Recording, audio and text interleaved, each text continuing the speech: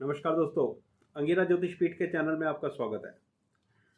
दोस्तों, एक नया वीडियो और आज हम दो हॉरोस्कोप्स को एनालाइज करेंगे। जैसा कि आपने थंबनेल में देख लिया है, मेरी पिछली वीडियो में आप लोगों ने देखा कि मैंने दो पॉलिटिकल लीडर्स की हॉरोस्कोप को आपस में कंपेयर करके आप लोगों के सामने अपने विचार रखे थे। आज मैं दो पार्टियों की हॉरोस्कोप्स को आपके सामने रखकर अपने विचार आप लोगों के सामने रखने जा रहा हूं। जो लोग थोड़ी ज्योतिष सीखते हैं उन लोगों के लिए ये ज्ञानवर्धक रहेगी, नॉलेजेबल रहेगी। जब भी हमारे को नेशनल पॉलिटिक्स के बारे में कुछ भी देखना है, एस्ट्रोलॉजिकल एनालिसिस करना है, तो हमारे को 3-4 हॉरोस्कोप्स को एनालाइज करना चाहिए। एक तो पार्टी के लीडर, जो प्रमुख लीडर है, उसकी हॉरोस्कोप को देखना चाहिए कि क्या उसकी कुंडली में प्रॉस्पेरिटी के योग बनते हैं। दूसरा, देश की हॉरोस्कोप को देखना चाहिए कि क्या वहां पर सत्ता परिवर्तन का योग दिखता है। तीसरा, पार्टी की हॉरोस्कोप को देखना चाहिए कि क्या ये पार्टी वापस सत्ता में आ रही है, क्या ये पार्टी को सत्ता मिल रही है, पावर मिल रही है। तो ये 4-5 कुंडलियों के ऊपर एनालिसिस अपना करा जाता है। तो दो पावरफुल जो लीडर है हमारे देश के, उनकी हॉरोस्कोप्स को तो मैंने एनालाइज करके अपने विचार आपके सामने रख दिए। आज मैं दो पार्टियों की हॉरोस्कोप्स को आपके सामने एनालाइज करके अपने विचार रखने की कोशिश कर रहा हूं। मुझे लगता है कि जैसा मैं सोचता हूं, संभावना उसी तरह की बन सकती है।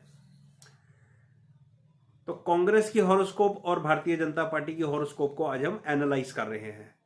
तो सबसे पहले बात करेंगे हम कांग्रेस पार्टी की। तो कांग्रेस पार्टी का जन्म भाई दोस्तों 2 जनवरी 1978 को हुआ। तो 2 जनवरी 1978 को जब जन्म हुआ है, तो मेरे दोस्तों इनकी मीन लगन की कुंडली बनती है और कन्या इनकी राशि है। ये कुंडली अब आपकी स्क्रीन पर आ गई है। अब इस कुंडली के अंदर देखो, मैं सारी बातें तो नहीं करूंगा, लेकिन थोड़ी कुछ एक बातें करूंगा जिससे कि आपको इनकी सत्ता का पता लगे, ये क्यों पावर में आए और आज इनकी क्या स्थिति है, ये क्यों आज डिक्लाइन स्थिति में। हम सीधी उसके ऊपर बात करेंगे। देखिए, इस कुंडली के अंदर लगन का स्वामी 4th हाउस में चला गया है, जो राजनीति करने के लिए एक बहुत ही अच्छी स्थिति है, और वो सूर्य से दृष्ट है। सूर्य कुंडली का 6th हाउस लॉर्ड है और सूर्य पावर का कारक प्लैनेट है। इस कुंडली में शुक्र की दृष्टि भी है। जब से बृहस्पति की महादशा शुरू हुई है, तब से कांग्रेस को 100% मेजोरिटी नहीं मिली, क्योंकि शुक्र की दृष्टि इस 10th हाउस पर और 10th हाउस लॉर्ड पर है। आप देख रहे हो बृहस्पति के साथ। जब राहु की दशा चल रही थी, तब कांग्रेस को अच्छी सफलता मिली थी, लेकिन उसके बाद भी जब स्थितियां बदलनी शुरू हुई राहु की, तो कांग्रेस पार्टी को अच्छी सफलता नहीं मिली, कभी भी कंप्लीट मेजॉरिटी नहीं मिली। बात अगर हम करें 2004 की, जब बीजेपी सत्ता में थी और कांग्रेस ने उनसे सत्ता हथियाई थी, तो उस वक्त राहु की महादशा चल रही थी दोस्तों, और राहु की महादशा में शुक्र का अंतर चल रहा था और बृहस्पति का प्रत्यंतर चल रहा था 2004 में। तो आप देखो, बृहस्पति का प्रत्यंतर, क्योंकि बृहस्पति लगन और 10th हाउस लॉर्ड है और 10th हाउस को देख रहा है, कांग्रेस को सत्ता प्रदान कर दी। अब क्योंकि शुक्र इसके 10th हाउस और 10th लॉर्ड को देख रहा है, तो आपको लोगों को अगर याद हो तो 2004 में कांग्रेस को 145 या 146 सीटें प्राप्त हुई थी। तो बात अगर हम 2009 की करें, तो 2009 में बृहस्पति की महादशा में बृहस्पति का अंतर और बृहस्पति का ही प्रत्यंतर था। अब क्योंकि बृहस्पति 10th हाउस लॉर्ड है और लग्नेश भी है और वो 10th हाउस को देख रहा है, तो इनको वापस सत्ता प्राप्त हो गई। अब आप कहोगे कि 2009 में भी इनका शुक्र देख रहा था, क्योंकि शुक्र इस कुंडली का एक अस्त प्लैनेट है। शुक्र इस कुंडली का 8वें घर का स्वामी है, जो स्ट्रगल देता है। तो ये 8वें घर के स्वामी ने बृहस्पति को पूरी स्ट्रगल दी, क्योंकि 2009 में भी इनको मेजोरिटी नहीं मिली और ये 203 या 204 सीटें या शायद 205-6 सीटें ऐसी थी इनकी। तो इनको यहां लाकर छोड़ दिया। स्ट्रगल इनको 2009 में भी करनी पड़ी, लेकिन ये अपने घटक दलों के साथ सरकार बनाने में कामयाब हो गए थे। अब जब से इनकी कुंडली के अंदर बृहस्पति की महादशा में बृहस्पति का अंतर खत्म हुआ है और बृहस्पति की महादशा में शनि का अंतर चला है, तब से कांग्रेस पार्टी का डिक्लाइन शुरू हो गया। आपने देखा कि कई सारे घोटालों के अंदर कांग्रेस पार्टी का नाम आया, काफी मतलब ऊंच नीच हुई कांग्रेस पार्टी की। तो 2014 के अंदर फिर इलेक्शन आया, तो 2014 का इलेक्शन आप जानते हो कि क्या हाल हो गया कांग्रेस पार्टी का। 2019 में भी आप लोगों को पता है कि क्या हाल हो गया कांग्रेस पार्टी का।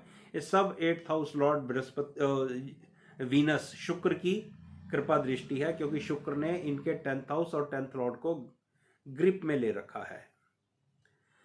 तो भाई बात करते हैं आज 2024 की, कि 2024 में क्या हो सकता है, क्योंकि इससे पहले जो कुछ हुआ वो तो हुआ। अब क्या संभावनाएं हैं देखिए। इस वक्त जिस वक्त मैं वीडियो बना रहा हूं उस वक्त इनकी गुरु की महादशा, राहु की अंतरदशा और शुक्र की प्रत्यंतर दशा शुरू हो गई है। और गुरु की महादशा में राहु का अंतर, ये दशा छिद्र का समय होता है, जिसको अच्छा समय नहीं माना जाता ज्योतिष में। अगर ग्रहों की प्लेसमेंट भी खराब है तो, और ट्रांजिट भी खराब है, तो ये दशा छिद्र का समय आपको लॉसेस दे सकता है।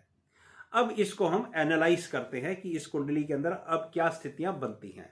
अब आप देखिए, गुरु की महादशा इस कुंडली के अंदर चल रही है। पहले ही बता दिया 10th और लग्नेश है, 4th हाउस में बैठा है। ये एक अच्छी स्थिति है इनके लिए, ये लोग फाइट कर रहे हैं। राहु इस कुंडली के 7th हाउस के अंदर बैठा हुआ है, और राहु का डिस्पोजिटर इस कुंडली के 9th हाउस में बैठा हुआ है, जो एक अच्छी स्थिति नहीं है। राहु चंद्रमा के साथ बैठा है, जो 5th हाउस लॉर्ड है।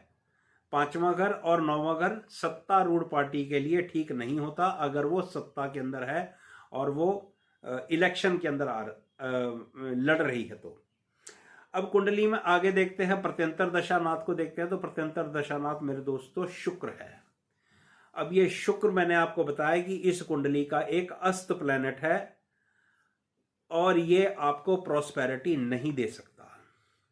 अस्त ग्रह 10वें घर में बैठा हुआ है और 10वें घर के स्वामी को देख रहा है, और ये कांग्रेस पार्टी को बहुत अच्छी प्रॉस्पेरिटी, या बहुत अच्छी तो क्या, एक अच्छी प्रॉस्पेरिटी भी नहीं दे सकता।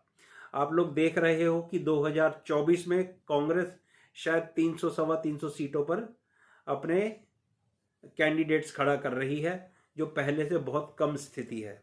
और इनमें से कितने जीतेंगे आप लोग जानते हो। मैं तो अपना एक ज्योतिषीय एनालिसिस आप लोगों के सामने रख रहा हूं। अब हम देखते हैं ट्रांजिट। ट्रांजिट काफी बड़ा रोल प्ले करता है। शनि का ट्रांजिट आप देखो, कुंभ राशि का इनके 12वें घर में शनि का ट्रांजिट 12th हाउस के अंदर इनके लिए अच्छी स्थिति नहीं है सत्ता को प्राप्त करने के लिए। बृहस्पति का ट्रांजिट अभी मेष राशि में चल रहा है, लेकिन 1 मई के बाद ये ट्रांजिट आपकी इस कुंडली के वृषभ राशि में आ जाएगा, जहां से ये किसी भी तरह से 10th हाउस को या 10th हाउस के लॉर्ड को दृष्ट नहीं कर रहा या रिलेशन नहीं बना रहा। तो बृहस्पति और शनि दोनों का ट्रांजिट, डबल ट्रांजिट की अगर हम बात करें तो दोनों का ट्रांजिट कुंडली के 9th हाउस पर हो रहा है। तो कुंडली का 9th हाउस 10th हाउस का 12th हाउस है। तो प्रॉस्पेरिटी मुझे इस कुंडली के अंदर कांग्रेस पार्टी के अंदर नहीं दिख रही। अब क्योंकि कांग्रेस पार्टी, देखो पूरी की पूरी कांग्रेस पार्टी की जितने भी लोग इस हेड के नीचे काम कर रहे हैं, उनके लिए कांग्रेस की हॉरोस्कोप एक मदर हॉरोस्कोप है। जब कांग्रेस की अपनी हॉरोस्कोप के अंदर प्रॉस्पेरिटी नहीं दिख रही, तो फिर कांग्रेस ऊपर नहीं आ सकती। और फिर मैंने आपको पिछली वीडियो के अंदर राहुल गांधी जी का बताया था, उनकी हॉरोस्कोप के अंदर भी उतनी अच्छी प्रॉस्पेरिटी नहीं दिख रही। अब राहुल गांधी जी की हॉरोस्कोप के अंदर भी जो शनि का ट्रांजिट है वो अच्छी स्थिति में नहीं है। देखो कोई आम व्यक्ति हो ना, तो उसको मैं बिल्कुल बिंदास बोल दूं, अगर इस तरह के शनि का ट्रांजिट उसका चल रहा हो, कि भाई साहब आपकी नौकरी जाने वाली है, आप एक जॉबलेस व्यक्ति हो सकते हो, और अगर आप जॉब के अंदर रहे तो आपको बड़ी ह्यूमिलिएशन फेस करनी पड़ेगी। अब क्योंकि राहुल गांधी जी कांग्रेस की मतलब सो कॉल्ड रॉयल फैमिली से है तो फिर वहाँ स्थितियाँ जरा अलग तरह की है। लेकिन फिर भी अब आप देखो वायनाड के अंदर इलेक्शन हो गया है अभी, और उत्तर प्रदेश से इन्होंने अपनी कोई भी कैंडिडेचर अभी तक दिखाया नहीं है, फाइल नहीं कर रहा है, इन्होंने डिक्लेयर नहीं कर रहा है अपना कैंडिडेट। चलो वो कांग्रेस की अपनी स्थिति है। तो जो राहुल गांधी जी की अपनी हॉरोस्कोप है, वो हॉरोस्कोप को कांग्रेस पार्टी की हॉरोस्कोप से मिलाकर देखते हैं तो भाई मेरे दोस्तों अच्छी प्रॉस्पेरिटी के चांसेस इस कुंडली में काफ़ी कम है। तो ये दिक्कतें कांग्रेस के साथ बनी हुई हैं। कल को जब दशाएं बदलेंगी तब कांग्रेस के हालात कुछ सुधरेंगे तो तब भी वीडियो बनाएंगे। जब कांग्रेस की अच्छे दिन आएंगे तो उसके लिए भी वीडियो बनाऊंगा। मैंने एक वीडियो का मतलब टॉपिक कांग्रेस के लिए सोच रखा है, उसके ऊपर मैं वीडियो बना के आप लोगों के सामने रखूंगा, डेफिनेटली रखूंगा।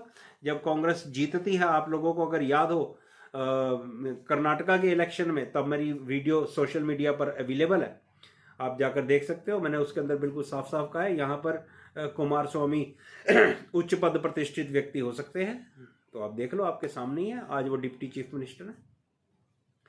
तो सब ग्रहों का चक्कर है भाई। तो कांग्रेस की कुंडली के अंदर और राहुल गांधी जी दोनों की कुंडलियों के अंदर मुझे प्रॉस्पेरिटी नहीं दिखती कि ये सत्ता में वापस आएंगे, ऐसे मेरे विचार हैं। बाकी परमात्मा ज़्यादा अच्छे से जानता है। अब बात करते हैं हम भारतीय जनता पार्टी की। भारतीय जनता पार्टी की जो कुंडली अवेलेबल है वो है 6 अप्रैल 1980 की, मिथुन लगन की कुंडली है।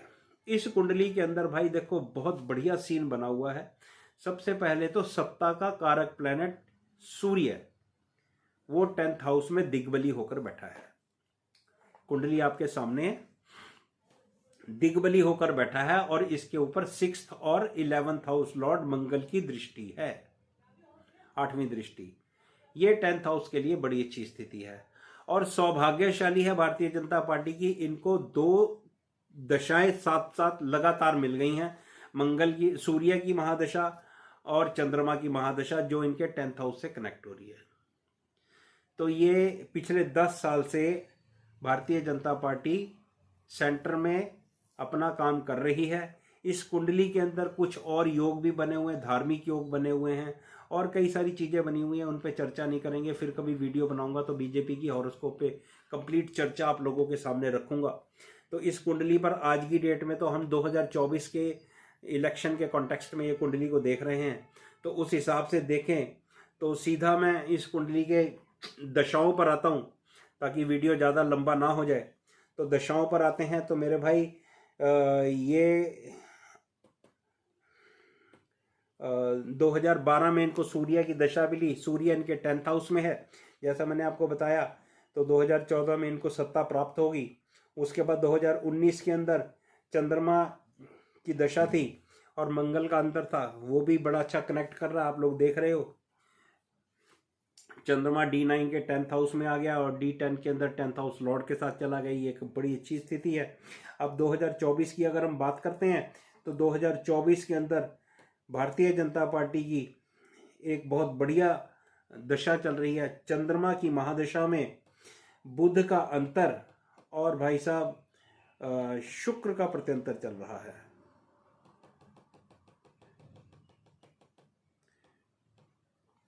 शुक्र का प्रत्यंतर चल रहा है। और ट्रांजिट की बात करें तो बृहस्पति का ट्रांजिट इस वक्त मेष राशि में इनके 11th हाउस में, वहां से ये 3rd हाउस को एक्टिवेट कर रहा है बृहस्पति, 5th हाउस को एक्टिवेट कर रहा है और 7th हाउस को एक्टिवेट कर रहा है। इसके बाद बृहस्पति का ट्रांजिट वृषभ राशि में हो जाएगा। वृषभ राशि से बृहस्पति 4th हाउस को एक्टिवेट करेगा, 6th हाउस को एक्टिवेट करेगा और 8th हाउस को एक्टिवेट करेगा। किसी भी पॉलिटिशियन के लिए, किसी भी पॉलिटिकल पार्टी की कुंडली में बृहस्पति की 4थे घर पर दृष्टि उसकी प्रॉस्पेरिटी को दिखाती है और ट्रांजिट में बृहस्पति इनके 4th हाउस को देख रहा है जो जनता का हाउस है।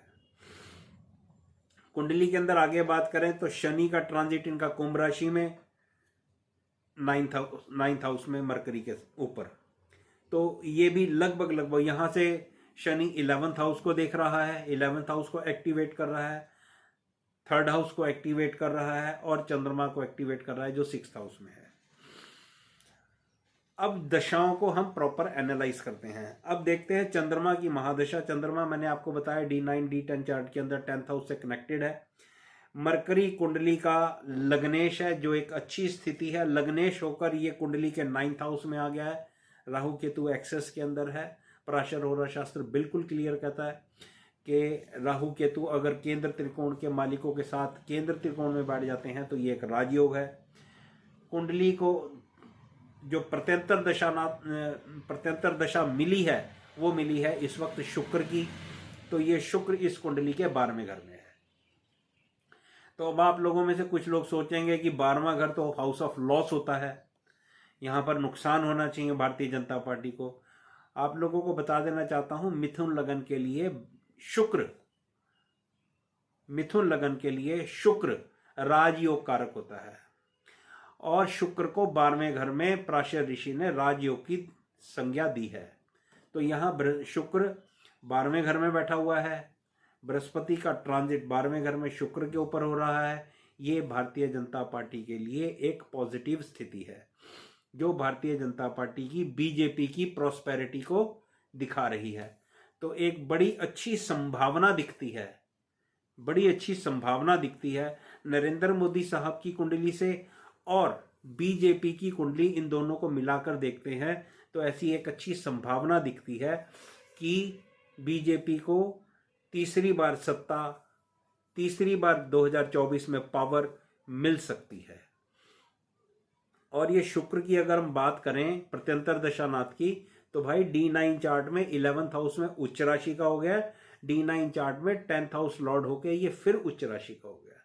तो ये शुक्र की बहुत बढ़िया स्थिति है जो ये दिखा रहा है। मतलब ऐसी स्थिति के अंदर तो ये भी कहा जा सकता है, जैसे कहते हैं कि 400 पार, अब की बार 400 पार, तो संभावना है कि इनकी 400 पार हो जाए। क्योंकि उच्च के ग्रह की अगर या राजयोग के कारक ग्रहों की दशाएं जब चल रही होती हैं तो फिर भाई साहब फिर तो बल्ले बल्ले होती है। फिर तो आप जहां पैर रखो वहीं हिट मार दो, वही छक्का मिल जाता है। आपने देखा होगा क्रिकेट के अंदर भी। तो जब आपका वक्त अच्छा चल रहा होता है तो जहां आपने पैर रख दिया, जहां बल्ला घुमा दिया, बॉल वहीं आ जाती है। तो मेरे हिसाब से ये स्थितियां बनती हैं। तो मेरा एक एनालिसिस, मेरी एक कोशिश आप लोगों को 2 टेक्निक के थ्रू आप लोगों के सामने अपने विचार रखने की। पहले 2 व्यक्ति विशेष की कुंडलियों पर मैंने बात करी, अब 2 पार्टी विशेष की कुंडलियों पर मैंने बात करी। तो आशा है आप लोगों को मैं जो समझा पाया हूँ, जो बताना चाहता हूँ, वो आप लोगों को समझ आया होगा, आप लोग कुछ सीख रहे होंगे। और भाई बाकी तो परमात्मा ज़्यादा अच्छे से जानता है। मेरी एक कोशिश है, मैंने एक संभावना निकाल कर आप लोगों के सामने रखने की कोशिश की है। उम्मीद रखता हूँ कि परमात्मा मेरी इन संभावनाओं की लाज रखेगा। मेरा वीडियो देखने के लिए आप सभी का धन्यवाद। जिनको अच्छा लगे लाइक शेयर करें और मेरे चैनल को सब्सक्राइब भी करें। धन्यवाद।